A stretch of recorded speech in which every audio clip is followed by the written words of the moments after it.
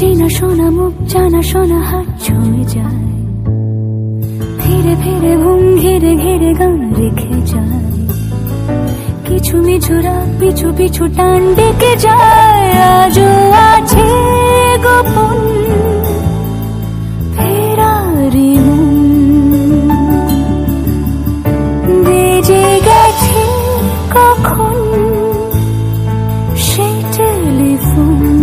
আজকে আমরা যাচ্ছি কোথায়? কলকাতায়।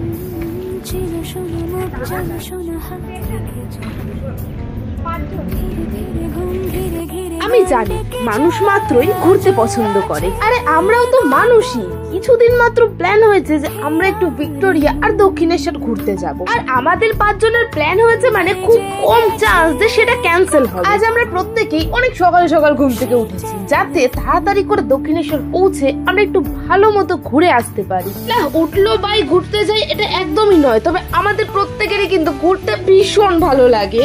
আর তাই তো 7:17 রানাঘাট টু শিয়ালদা লোকাল ধরে সোজা বেরিয়ে পড়ি। 2.5 ঘন্টার এই ট্রেন জার্নি আমার একটা জিনিসই খুব ভালো লেগেছে যে আমি একটা ভালো মতো বসার সিট পেয়েছি। যাই হোক, এরপর দমদমে নেমে একটু ফ্রেশ হয়ে আমরা সোজা চলে যাই মেট্রোর দিকে এবং মেট্রো ধরে সোজা যাব দক্ষিণেশ্বর উদ্দেশ্যে।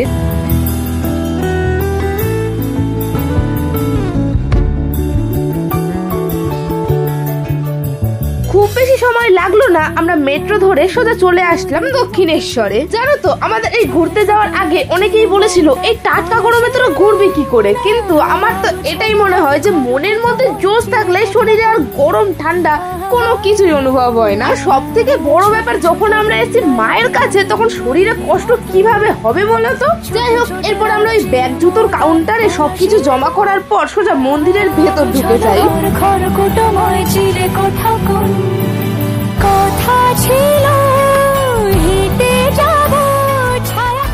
জানো আমি এইবার দক্ষিণেশ্বরে আসলাম ঠিকই, তবে মায়ের কাছে পুজো দিতে পারলাম না, কিন্তু ইচ্ছে আছে খুব তাড়াতাড়ি আমি আবার আসবো পুজো দেওয়ার জন্য। মনে হচ্ছে যেন মা আমাকে বারবার ডাকছে। এই তো এবার ওদের পুজো দেওয়া কমপ্লিট, আর সকাল থেকে তেমন আমাদের কিছু খাওয়া দাওয়া হয়নি। ওই কথায় আছে না পেলে পেট পূজা ফের কাম দুচা, সেটার জন্যই তো আগে আমরা একটু খাওয়া দাওয়া করতে এসেছি, তারপর এসব ঘোরা টোরা হবে। পার প্লেট 100 টাকা নিরামিষ এই ভাতের থালিটায় পদ কিন্তু অনেক রকমেরই ছিল, কিন্তু টেস্ট ছিল অনেকটাই কম। আরে ওদের দিকে খেয়াল করো না, ওদের খাবারের টেস্টে পেট ভরেনি তাই প্রেমের টেস্টে পেট ভরাচ্ছে।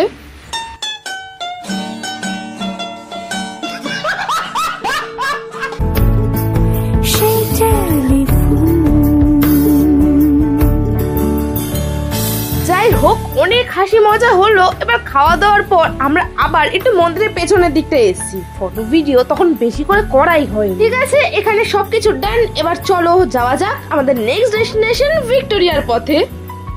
ভিক্টোরিয়া যাবো কোন দিক দিয়ে?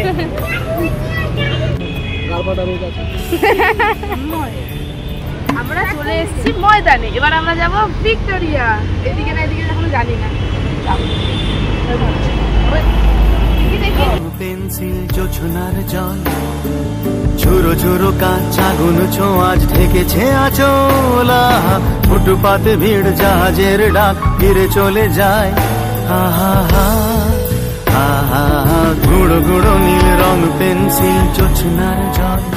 ফাইনালি হাঁটতে হাঁটতে আমরা ঠিক ভিক্টোরিয়ার পথেই চলে এসেছি। একটা ফুলওয়ালা কাকু রাস্তার পাশেই দোকানে বসেছে। আমরা নিয়েছিলাম 3টে সানফ্লাওয়ার। আমি সব থেকে বেশি খুশি হয়েছি এভাবে। ওনাকে ফুলের দাম জিজ্ঞেস করেছি, কিন্তু উনি বলল আমরা ভালোবেসে যা দেবো উনি সেটাই নেবে, মানে ওনার নির্ধারিত কোনো দাম ছিল না ফুলের। যাক, ফুলকে কেউ এত ভালোবেসে বিক্রি করছে দেখেও বেশ ভালো লাগলো। তারপর ওই আর কি, কলকাতার চারপাশের ফুটপাতের ওই ছোটখাটো দোকান থেকে টুকটাক ওই কেনাকাটা চলছিল, আর তার সাথে ভিক্টোরিয়ার সামনের এই এত সুন্দর রাস্তাটা। ফাইনালি আসলে আমার অনেক দিনের ইচ্ছে ছিল এখানটায় আসবো। সত্যি বলতে একটু একটু কষ্ট এখন রোদের মধ্যে হচ্ছে। জানো, ভিক্টোরিয়ার এন্ট্রান্সের ওয়াচম্যান গুলো আমাকে বললো মোবাইল স্টিকটা ব্যাগে ঢোকাতে, না হলে নাকি ওরা ফাইন করে দিতে পারে। যাক, এসব ছাড়ো, আমি ভিতরে এসে না খুব খুব খুব মজা পেয়েছি। হ্যাঁ জানি খুব বড় কোথাও একটা চলে আসিনি, তবে ওই আর কি ছোট্ট একটা শখ পূরণ।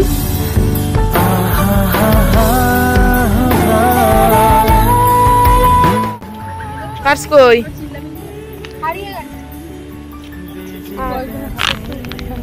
আমি যাই দিচ্ছি। সোনার ব্যাগ হারিয়ে গেছে, সোনার ব্যাগ হারিয়ে গেছে, খুঁজে পাচ্ছে না, সোনার কান্না পাচ্ছে। সোনার থেকে সোনার বয়ফ্রেন্ডের কষ্ট বেশি, কারণ ওর মতো সোনার বয়ফ্রেন্ডের মলম ছিল।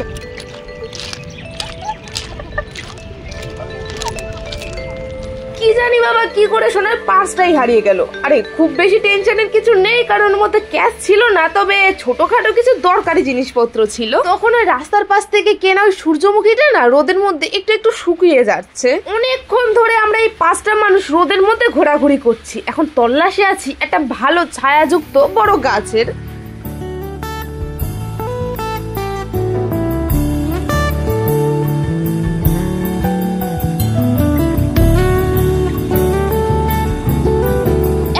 ভালো ছায়াযুক্ত জায়গা দেখে আমরা ঘন্টাখানেক রেস্ট নিয়ে নিই এবং তার সাথে ভিক্টোরিয়ার বাইরে থেকে আনা কিছু খাবার এখানে বসে খেয়ে নিই। আমার ব্লগ দেখার পর যদি কেউ ঠিক করো যে এই রোদের মধ্যে ভিক্টোরিয়া আসবে, তো আমি একটাই কথা বলবো, প্লিজ এই সময়টা যেও না। আর গেলেও ভিক্টোরিয়ার বাইরে থেকে খাবার আর বেশি করে জলটা ক্যারি করো। যাই হোক, অনেক রেস্ট নেওয়ার পর এবার আমরা ঠিক করেছি 4-5টা ঘুরে দেখবো। আর আমাদেরও টাইম কিন্তু অনেকটাই এগিয়ে গেছে। এরপর আর কি প্রকৃতির সৌন্দর্যটাকে ক্যামেরা বন্দি করতে করতে একটু 4-5টা ঘুরে নেওয়া যাক।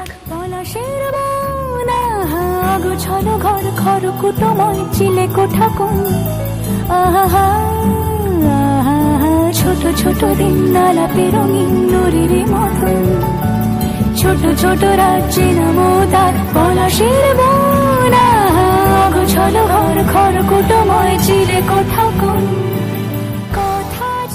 ভাই আমার সাদা মনে কাদা নেই, তবে একটাই প্রশ্ন যে ভিক্টোরিয়ার সামনে এত পাথর ওরা পেলো কোথায়? এই প্লিজ আমাকে বলদ ভেবো না, জানা থাকলে কমেন্টে বলে যেও। তোমারও যদি না জানা থাকে তবে আমার চ্যানেলটা সাবস্ক্রাইব করে যাও। এরপর আমরা ভেতরের মিউজিয়ামে ঢুকি। আর ভাই সাহেব, এর ভেতরে ভিক্টোরিয়া তৈরি হওয়ার এত ফটো দেখে আমার তো পুরো মাথায় ঘুরে গেছে।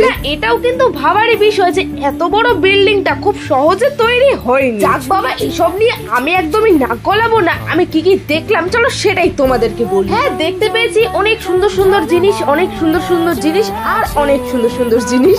এই কি কি দেখলাম তোমরা ভিডিওতেই দেখে নাও। আচ্ছা, এখানে লেখা আছে এটা হচ্ছে অরিজিনাল মডেল, মানে ভিক্টোরিয়ার অরিজিনাল মডেলটাই ওটা। আর ছিল নানান রকমের চিত্রশিল্প, নানান রকমের বাদ্যযন্ত্র, নানান রকমের অস্ত্রশিল্প, সবকিছুই আর কি স্টোর করে রাখা আছে। ভিক্টোরিয়ার ঐতিহ্য, নানান রকমের কারুকার্যের ছাপ সবই যেন এদিক ওদিক দেওয়ালে আটকে রয়েছে। আমি এত বড় একটা অশিক্ষিত হয়ে শিক্ষিত জায়গাটায় এত কেন ভালো লাগছে আমি তো সেটাই বুঝতে পারলাম না। ये बताओ कौन सा सब्जेक्ट अच्छा लगता है? कौन सब्जेक्ट अच्छा लगता है? बैगन। निकल ले भाई, निकल निकल, अरे निकल। অ্যাকচুয়ালি এর পরেই আমাকে শোনা এসে বললো যে এইটা নাকি হাতির দাঁতের বানানো চেয়ার। আর তারপরেই আমরা দেখতে পেলাম সোনা দিয়ে বানানো এই চাবি, ট্রফি, নানান জিনিসগুলো। এইসবই দেখে ছ্যাঁচড়ামো করছিলাম বলে রবার্ট ক্লাইভ আমাদের সামনে এসে বললো যে এখানে অনেক বন্দুক পিস্তল আছে, কোনটা উনি চালিয়ে দেবেন। ওনার কিন্তু মাথার এখন ঠিক নেই না। এরপর ঈশ্বরচন্দ্র বিদ্যাসাগর, নেতাজি ওদের ইউজ করা নানান রকমের জিনিসপত্রগুলো দেখে কিন্তু আমার চোখ একবারে গোল গোল হয়ে গেছিল। মানে যাদের কথা এতদিন বয়ে পড়ে এসেছি তাদেরই ব্যবহার করা সব জিনিসপত্রগুলো চোখের সামনে থেকে দেখছি।